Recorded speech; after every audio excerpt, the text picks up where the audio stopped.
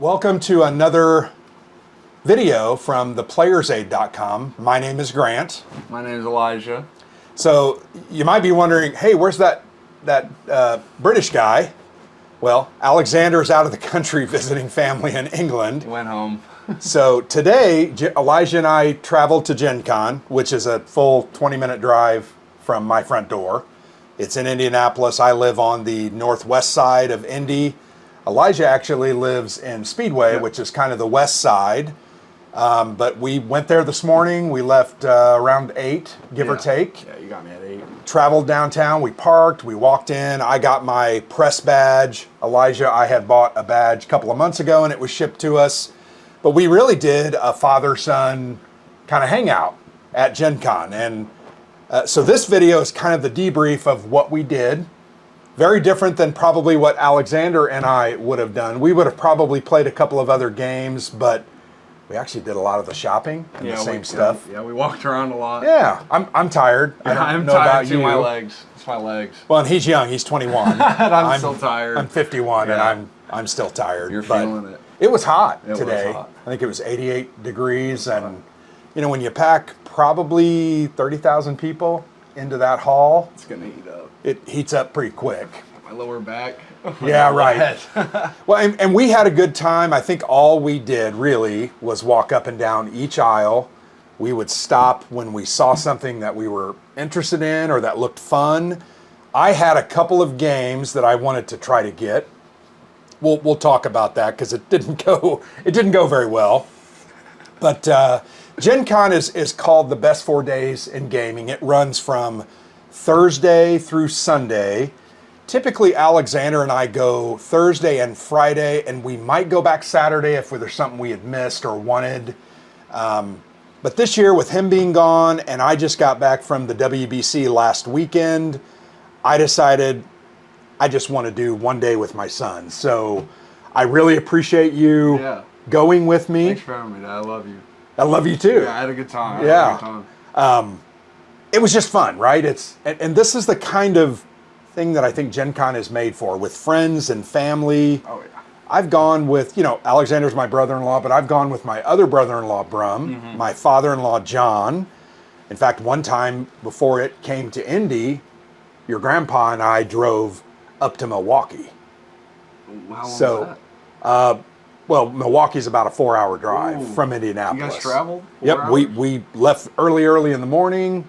We got up there, we walked in, I think I played a D&D game for about 2.5 hours. We did some shopping. Like Adventures League or something? Just experienced it, and then we came home. But my point there is that Gen Con is just one of those great places where you can get together with those people that you love and care for and just enjoy gaming, right? You can play open gaming. That's in Lucas Oil Stadium. We didn't go there. You can do that, but you can also sit down and play demos at a table. We really enjoy the shopping part. Oh yeah, of course. And I think you had fun today, right? Yeah, I had a blast. A lot of cool things, a lot of cool gadgets and like big items. I mean, those swords were pretty cool. They're way too big. Well, they had a couple of the vendors had like I don't know what they were, styrofoam or a heavy plastic. Yeah, heavy plastic probably. But all kinds of weapons from. We saw a guy carrying a halberd around. It was like the thing was 10 feet tall. There were shields. There were helmets, all kinds of. But you can see that stuff. There were chainmail bikinis. We obviously didn't buy those. You can buy kilts. You can buy wizard robes. You can buy potion bottles. We kind of looked at those. Potion bottles. Yep. But it's not just about, it's about published games, board games, strategy games, war games, role-playing games. How many dice manufacturers did we see? Probably 6 or 7. Easy. I passed a couple when we split up. I passed a couple. And every single one of them have at least 1 or 2 booths spread around. So I feel like you could buy dice every 50 feet. Every 50 if you really every wanted corner, to. There's a line of people buying dice. Yep. It's really nice. It's like community. Yeah. It's like a gaming community, and what you were saying about it brings people together. Yeah. You can feel that with the community. Well, and there's just a fun atmosphere about it. Although I will say this year it was really crowded. Oh, it was very crowded. And sold out. Sold out all 4 days. All 4 days. And it's just like walking up and down those aisles, man, is like, it's just hard to get. And you made a really cool comment, and I loved it because I feel the same way. People just aren't cognizant of they have no spatial awareness. Yeah. Like there's people wearing these huge board game backpacks that stick out 2 feet. That was the big problem and then they would turn and you got bumped. I saw you get at least 2 or 3 times. I saw you get bumped. And I've got a backpack on, but it's a small backpack. It was full. I mean, I got a ton of stuff here off camera. You can't see, but we'll show you. That's one thing that bothers me about it. But you got to live with that, right? Yeah, it's part of it. It's just what it is. Yeah. But one of the things I wanted to talk about was kind of what we bought.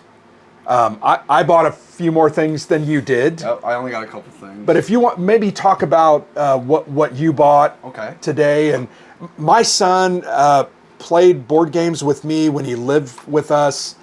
I probably forced him. Did I force you? I enjoyed it. Okay. No, I enjoyed it, and then there was a point where I kind of fell off. You gravitated more towards video games. Yes, video games and eventually music. Yeah, we got you a PlayStation, whatever it was, 3 or 4. Yeah. And we had an Xbox, and between those 2 things, that kind of killed board game for you. Yeah. But I always appreciated. But we have role played together. Oh yeah, lots of multiple D&D. times. Lots of D&D. And it's been cool to see Elijah kind of, grow into that. Like, I know you role play every Sunday night. Every Sunday I play D&D. And how many groups do you have? I can't remember. 2, and then we've been playing for about 2 years. Okay. Now, so 2 groups, 2 years. And I know you've got friends that you've played with since high school. Oh, yeah. So once again, to me, that's what gaming is about: is friendship, fellowship, developing relationships, continuing that. I still role play occasionally. We don't do anywhere near as much as we used to because Alexander and I are doing the blog and the YouTube channel. So busy. But talk about what you got today. So we were talking about dice. Yep. All the vendors. We did buy dice. We bought dice. We went to Roll4 Initiative. Oh, those dice are so cool. Yeah, they're very bright and clear dice. I got the pack? Atlantis pack of dice. Yep. Should I show the camera? Yeah. So they're kind of like aquamarine. I don't know how well. Yeah, just hold it as close as you can. But they're very bright aquamarine, nice dice, and the D4s come in little wedges. I don't know. They're called arch D4s. There you go, arch. You keep wanting to call them wedges. They're arches. I know they're arches. They look like wedges too. But so yeah, it's a 4-sided dice.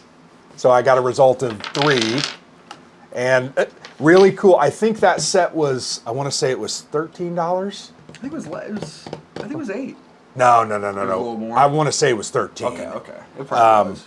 But you got literally 2 10-siders, a 20-sider, a 12, a 6, an 8, and the arch D4 with a cool little handy-dandy kind of carrying case. They're called diffusion dice because they're not opaque, meaning you see through them, and they diffuse the light a little bit, and they just really look nice. They're very see-through and clear. Yep. And the numbers, you can read the numbers. Big. That's a big thing. You can read and that's a bonus for me. I know I bought a couple of these sets. I bought the sets that are specifically made for classes.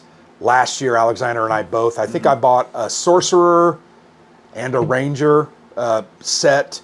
And they had little symbols for the 20, the 10, the 8, the 12 had a little symbol, and they're really nice. Yeah, but they actually had more dice than just that. Oh, they had. The class sets had like another 4 to 6 dice. Oh yeah. But really nice dice, and once again, the name of the company is Roll4 Initiative.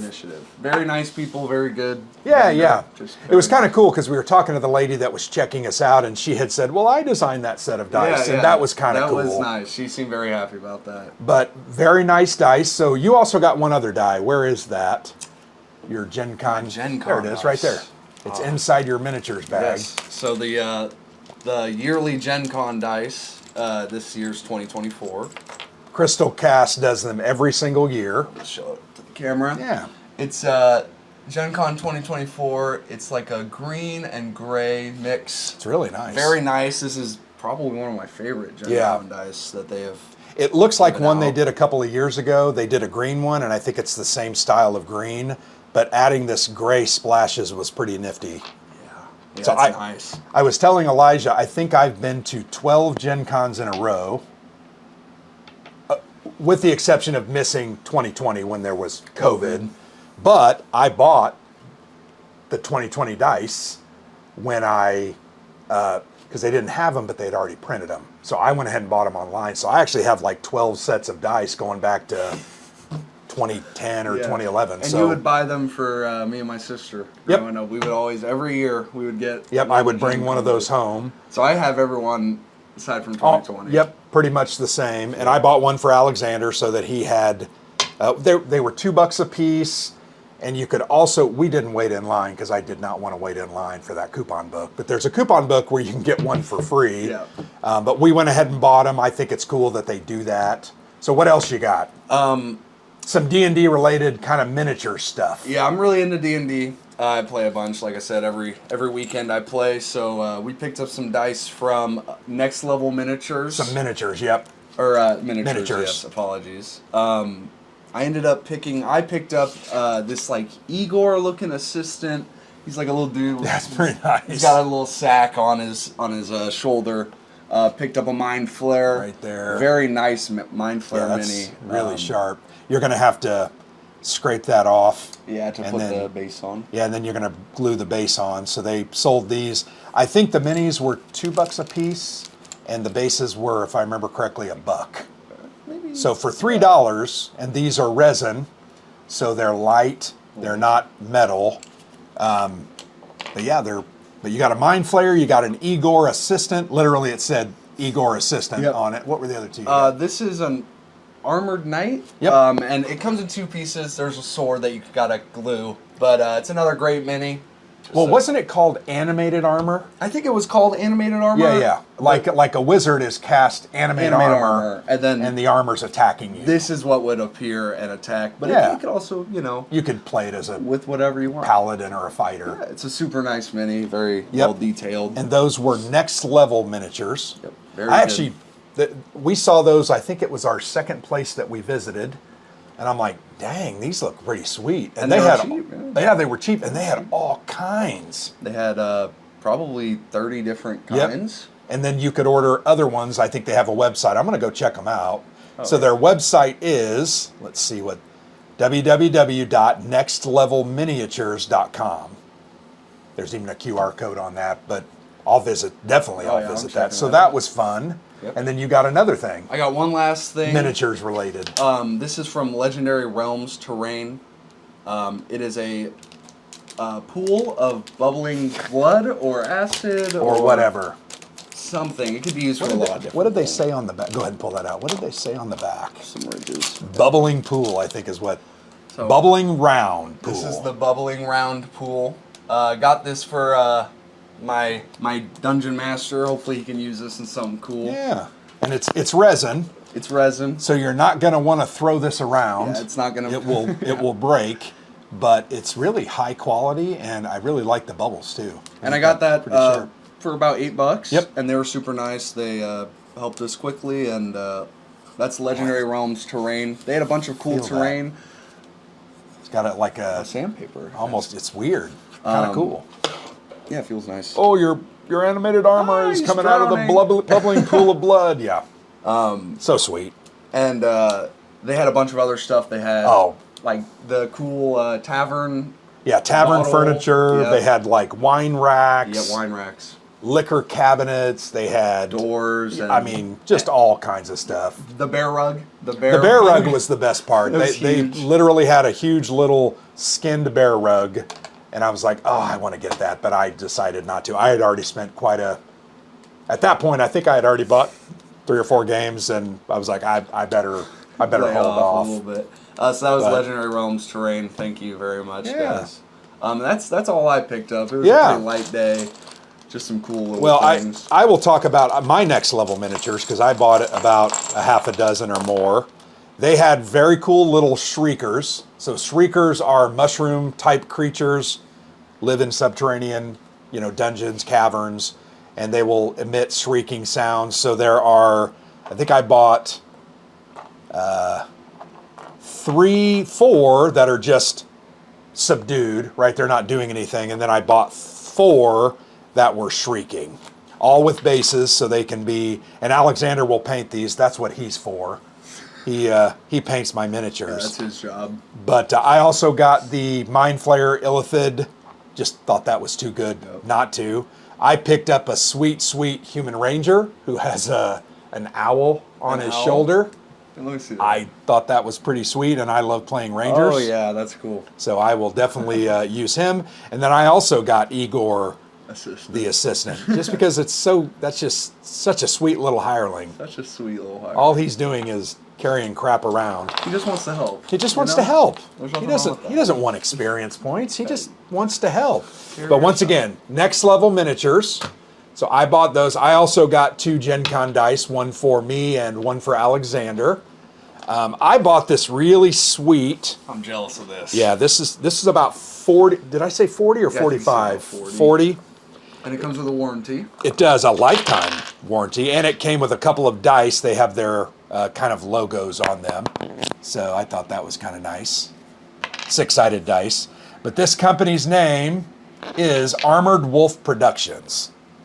And I have been looking for a nice, there's like a little piece of leather there that was inside.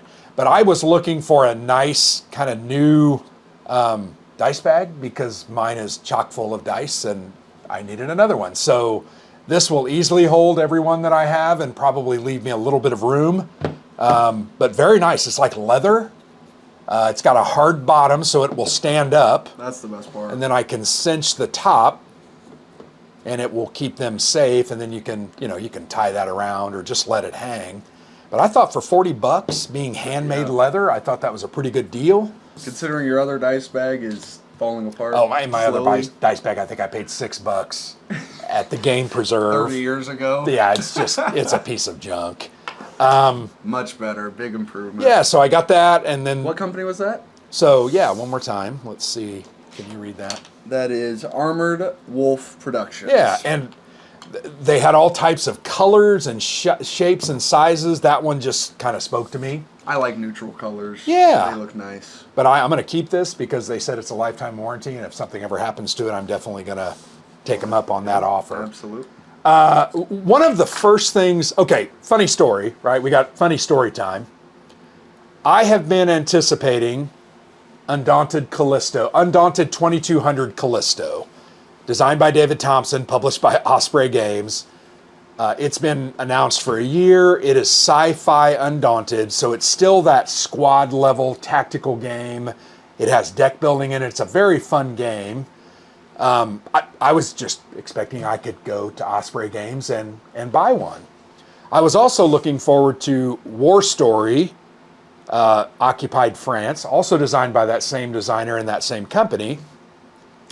And I had scouted out where Osprey Games was. We lined up, right? How many feet away from the door were we? Maybe 100 feet? Maybe 100.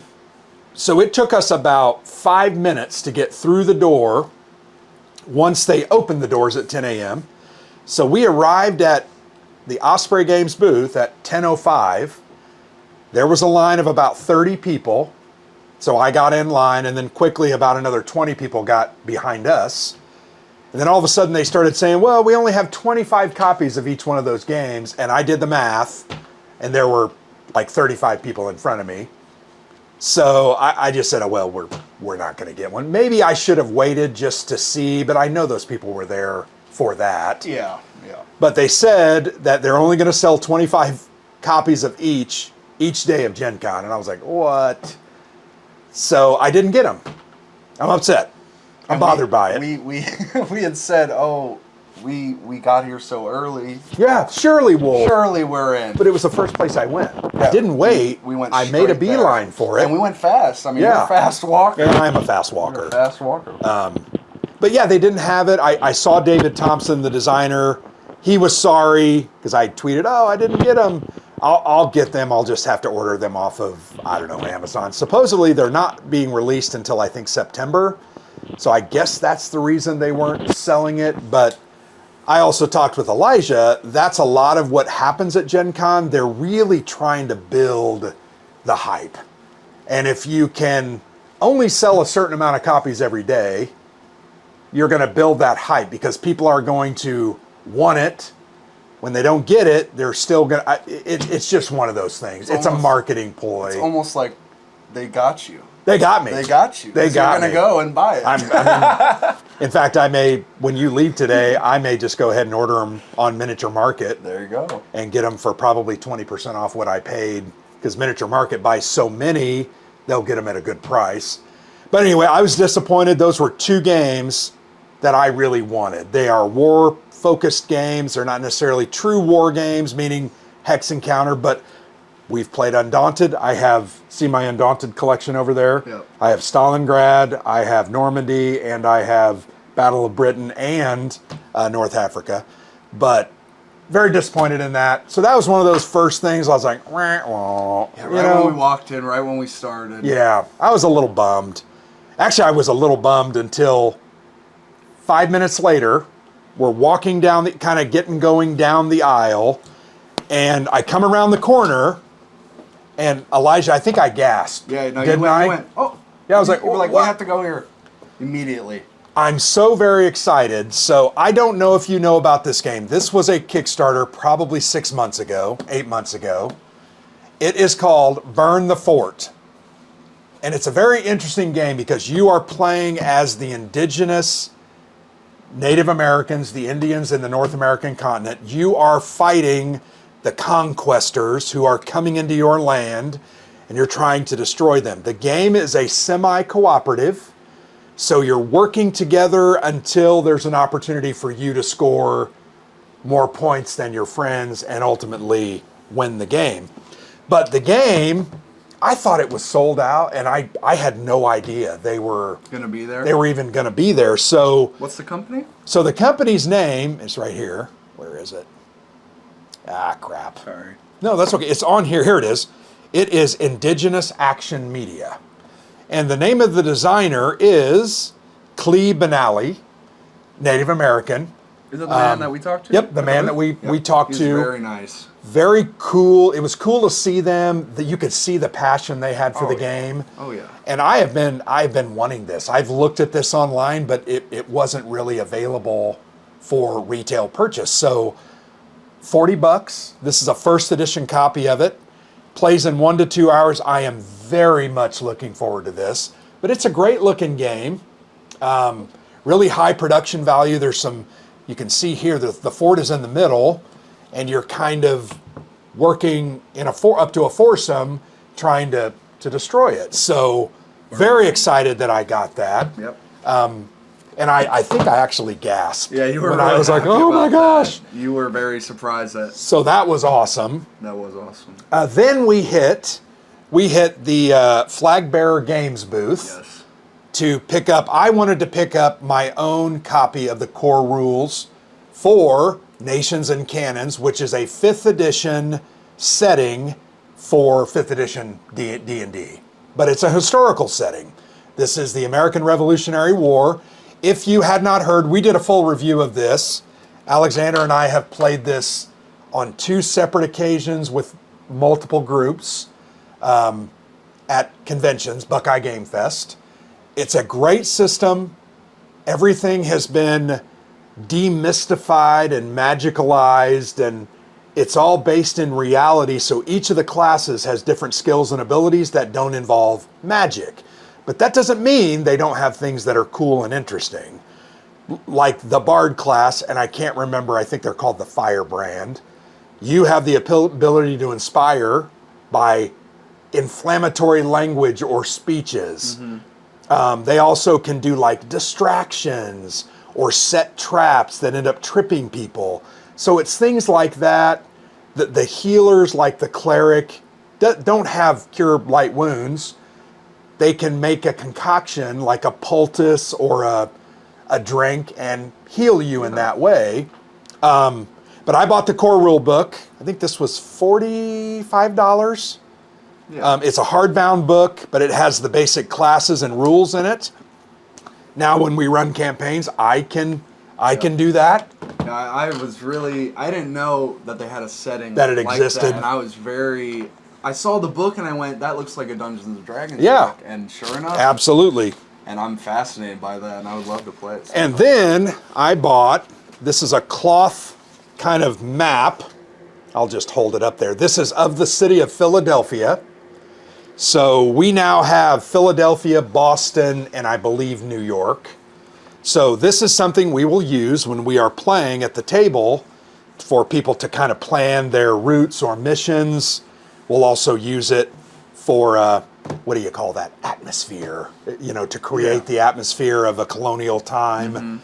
That was $60, a little expensive, but I felt like it's worth it. It's really high quality, looks great.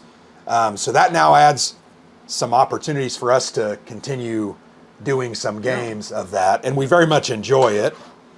What did we do next? So I went to Ares Publishing, and I bought this stack of greatness.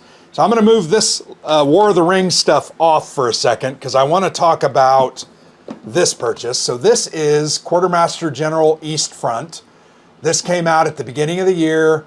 I have held off on purchasing it, but this is the Quartermaster General system that was initially published by Griggling Games was the name of it.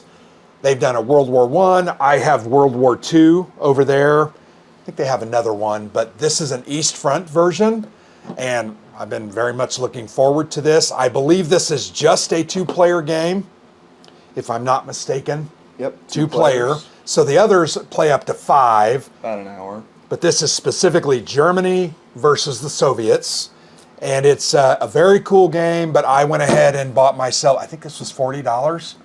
Pretty good deal, and it's a really high quality production. Lots of wooden bits and great looking cards and a really nice big board. So Ares Publishing, I bought that. Let me put that over to the side.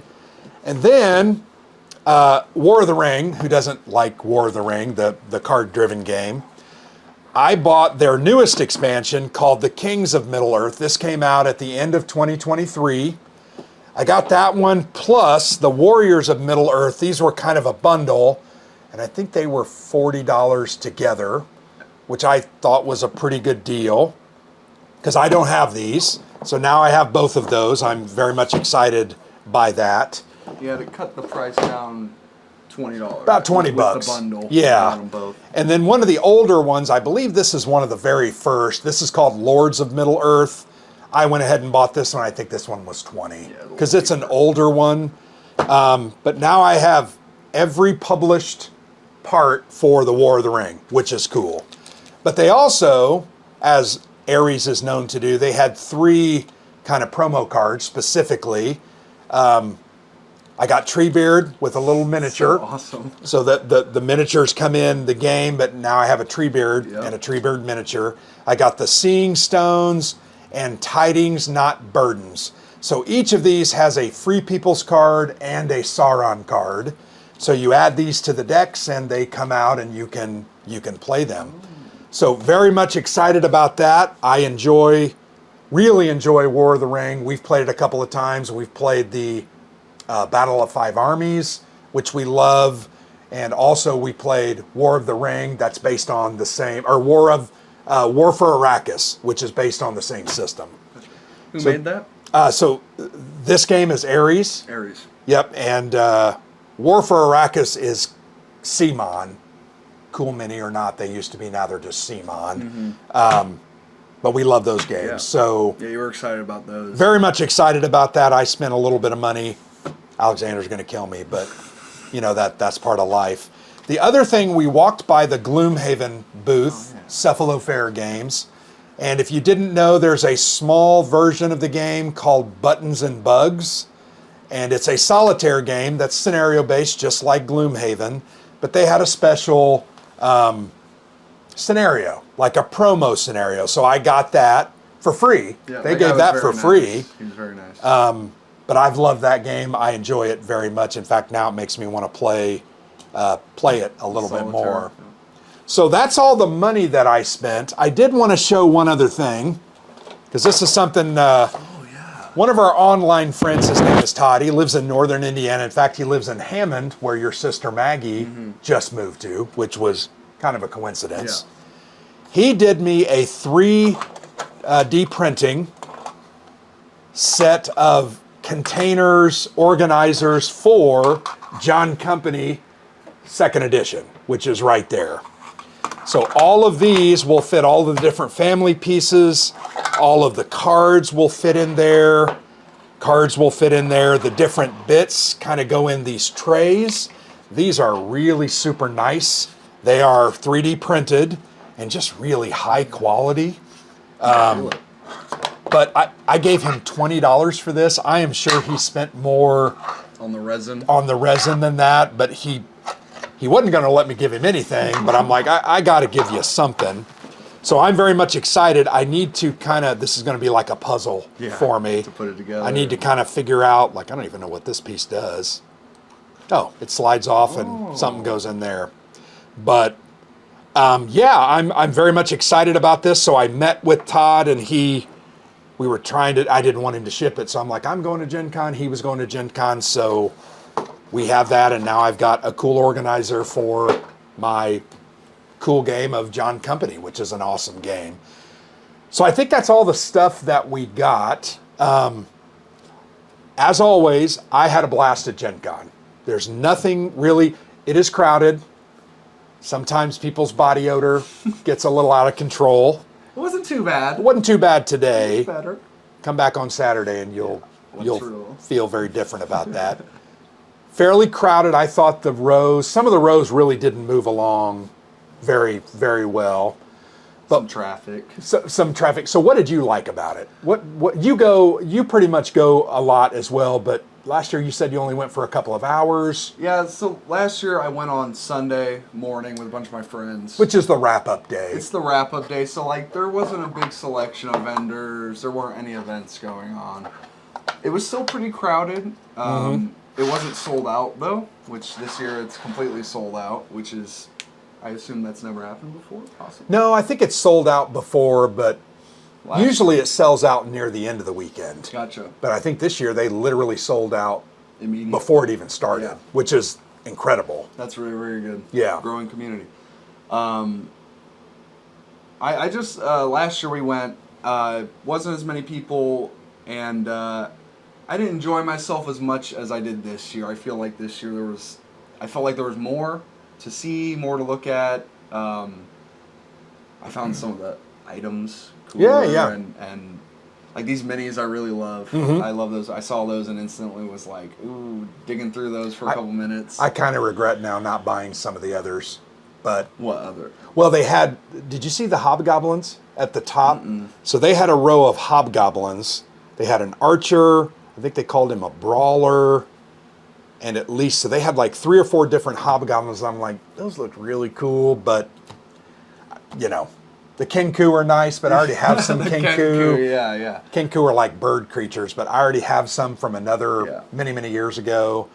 But I'm now regretting because they were fairly affordable. Very affordable. And they look really nice. Yeah, they're very nice. Big selection. Yeah. A lot of them. And I think they have more. They just didn't have everything there. But that was probably my favorite. Your highlight? Part. Okay. I love looking at minis and D&D stuff specifically. That's mostly what I go for. And I thought they were killing it. The new edition of D&D got released. Well, there was a huge line for that. A massive line. I literally think that was wrapping outside the door, and I don't know. I would never wait in line that long. Well, we kept looking for where's the place where we just wait in line? Line. We just want to wait in line for nothing. We just want to stand. Oh, lines are terrible. They are. But yeah, that line went out the room and I think into the exhibit hall D. And the coupon book room. Oh my gosh, we gave up on the coupon book. When we got there a little bit later than I normally get there. We got there about 8:45. Normally Alexander and I are there a little after 8. I had no problem getting my press badge. Yeah, you walked right up. But when we went around to that, I mean, there were several hundred people and it was not moving quickly. And I was just like, you know what? It's going to save me $2. I'm good. We'll be good. We'll do it next year. But I'm glad and we actually looked at some other miniatures, and I enjoyed looking at the terrain stuff. The art was my gosh, beautiful. I can't believe we forgot about that. The art was amazing. Well, they have the kind of the entrepreneurial art section, And I bet there's 30 different types of artists there. Everything from prints to paintings. Some people had I'm trying to think, mosaics. Like portraits. Like Viggo Mortensen Yep. of Lord of the Rings. Just really, really very talented people. And it was funny, we were walking and believe me, I would have loved to have bought from every one of them, but you made the comment to me and I thought it was kind of sweet. It actually touched me a little bit because I'm like, oh, Elijah's a lot more like me than I realized. But you feel kind of guilty walking by these people and not, checking out their stuff and buying something, but you can't, you just don't have that much money. Yeah. But that's the problem. Really fascinating art, beautiful, talented pieces. There's a guy that does Star Wars art, and every year I salivate over those, but they're a little more expensive because he's pretty in demand, and I've never bought any. And you can see I've got art on my walls. These are mostly cheaper things that I bought, posters that I've just put up. I have a Prancing Pony resin sign there, which is pretty cool. Awesome. But the artists were very, very neat. They also have an author row. Yeah. And I was telling you about my childhood. When I was 13, I remember specifically first reading the original Dragonlance Chronicles, written by Margaret Weiss and Tracy Hickman. Margaret is a woman, Tracy is a man, and awesome books. Dragonlance Chronicles are amazing. They had all of those there. Both the authors were there. They even had their new trilogy out, and I kept telling you, I want to buy those because I remember how they formed me. But I told you I've got a dozen books I'm trying to read, and I could have spent $100 on all three of those books, and they would have sat for years. But that was cool to see them as well. So you can see Gencon is one of those places. It just has a lot of variety. Games, role-playing games, dice, role-playing aids, art, clothing. How many people were selling kilts T-shirts and T-shirts and chainmail bikinis, the chainmail bikini, and all those accessories, weapons, shields, helmets. You could do anything there, and it's fun. I never have a bad experience at Gen Con. I do want to point out there are never many war game companies there. Columbia Games is there. Osprey has some war games. Ares has some war games, but that's pretty much it. Decision Games used to come, but they haven't come the last couple of years. So we go not necessarily for war games. We'll get what war games we can. We go for these kind of games. But I had a blast. I wanted to tell you I really appreciated you coming with me. You've got an honorary TPA T-shirt. Yes, I'm part of the crew now. Part of the crew. We'll have to cut you in on the royalties, so you'll get nothing of nothing. Great. So that's a zero. But very much appreciated you going with me. It's been a fun day. We've been together now for what, 8 or 10 hours, and we've still probably I got to take you home and do some other things. But once again, Gen Con is about developing relationships with friends, family, relatives. It's just a blast. And I've never had a bad time. It's a great time. It's just a great time. And even though it was hot today, we had a blast. So anything else you want to comment on? Keep going to Gen Con. Keep going to Gen Con. Keep showing up. I will say they signed a contract. I want to say it's through 2028. So what's that, another 4 or 5 years? And I do know that the city of Indianapolis has partnered with a developer to build a new hotel onto the convention, and it's going to have some more exhibition space. Oh. So I think they're really trying to invest in the center. I would hope that when 2028 comes around that they re-sign a deal, but Gen Con is one of those, I think, desirable products, and they may end up ultimately leaving Indianapolis. I hope not. Mm-hmm. It's nice that's in Indy. Oh, it's really great. Really nice. Literally 20 minutes from my front door. So one other comment I want to have, and I told you about this today. Tomorrow evening, I'm not going back to Gen Con. Tomorrow evening, I am hosting Tim Densham, the owner of Catastrophe Games. I am hosting Legendary Tactics, There are 2 content creators that are coming from their channel. And then Tim is bringing a couple of his developers. We're going to play a game called Arabian Struggle. We're going to play that together. It's only a 3-player game, but we're going to play it, talk about it, probably shoot a video on it. But I'm hosting them at my house. I thought that would be pretty fun, and I invited them, and they said yes. So look for that video coming up. But I've appreciated doing this. I've appreciated going to Gencon. We get a free badge. I had to buy Elijah's badge, but I got a free press badge. I'm not that important. Yeah, but we always appreciate it. But yeah, that's our thoughts on Gencon. Yeah. So I've been Grant for the Player's Aid. I've been Elijah for the Player's Aid. Probably a one-time appearance. Yeah, maybe next year. An NPC. Maybe next year. Maybe next year you can go with Alexander and I, and then we can do this. But thanks for watching. We do appreciate it. Thank you.